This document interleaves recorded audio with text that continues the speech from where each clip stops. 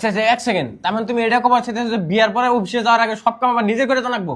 আরে ওটা তোমার জন্য ফায়দা না, ওটা তোমার জন্য ইজি হয়ে যাবো। কি বলে রে? আচ্ছা দাও, তুমি মর্নিং এ ঘুম থেকে উঠলা, উঠে হেরা সুন্দর করে ঘরটা সাফ সাফাই করলা, থালি বাসন ধুলা, দুই হেরা ভাত সাত রান্ধে মা বাবার নিগাও দুপুরের খাবার বানাই দিয়ে থেকে গেলা, আর তোমার নিগাও অফিসে লাঞ্চ নিয়ে গেলা। তো তোমার আবার মা বাবা নিগা লাঞ্চের জন্য বাড়িতে খানা বানাই দিয়ে থেকে জানাবো না, তো তোমার জন্য ইজি হয়ে গেল না? আচ্ছা ঠিক আছে ঠিক আছে, কিন্তু আমি অফিসে সারাদিন কাম সাম করে হেরে যখন বাইতে আমু তখন আমার আবার কি করা লাগবো? দেখো তুমি সারাটা দিন অফিসে কাম করে ক্লান্ত হয়ে তুমি বাড়িতে এলে, আয়া তোমার এক কাপ চা তো খাবার মন দেবো, আয়া তোমার নিগে এক কাপ চা বানাইলে, হাতে সবের নিগে চা বানাই দিলা।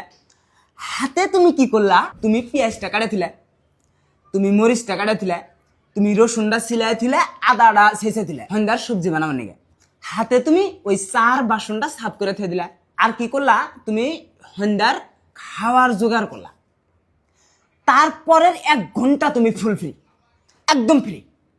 তোমার ইচ্ছে, তোমার যেটা ইচ্ছা তুমি হেরা করো। তুমি পোলাহান পরাও, রুমটা এলে জেলে রয়েছে, রুমটা ঠিক করলা। হাতে তুমি কি করলা, ওই টয়লেটটা একটু ক্লিন করলা। তারপর তুমি খাবারটা বানাইলা, খাওয়ার পরে যাও শেষ। তারপরে যাবা তোমার এই দাদা দাদি, তোমার মা ও বাপের যে পাউটি বাই দেওয়া ওই বস্তুগুলো।